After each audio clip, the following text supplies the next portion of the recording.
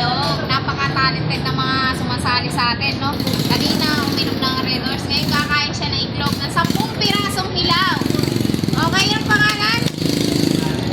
Hinate. Ilan taon? 45. Baka naman high blood ka. Okay.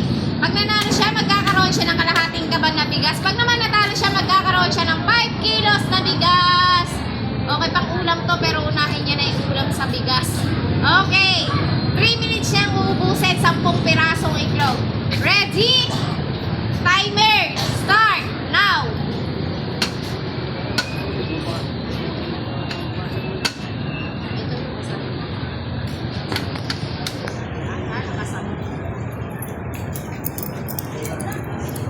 Sa totoong buhay, hindi ako kumakain ng itlog eh. Pero ito talaga, kumakain siya ng buhay na itlog.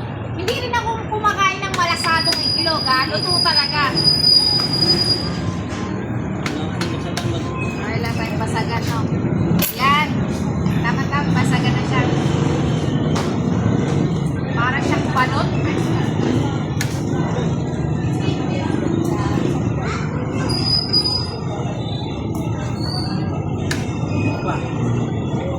Matagal pa. Sige, upusin mo lang yan.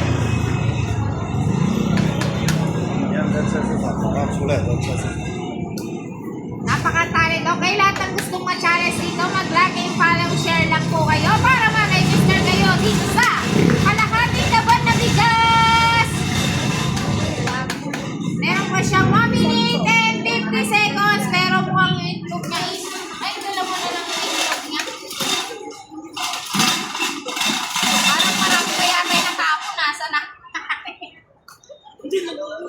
Okay. Mukhang mag-uwi din siya ng kalahating gaban na bigas. Okay, Dan. Dan! Yari niya na. 1 minutes lang mahigit.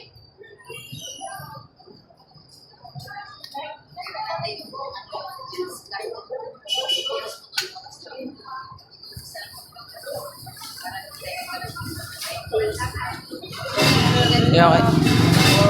Okay, ang galing niya. Naubos niya. Magkakaroon siya. Dahil nanalo siya, magkakaroon din siya ng kalahating bigas. Kalahating gaban na bigas pala. Siyempre, mag-uwi ako ng 5 kilos na bigas.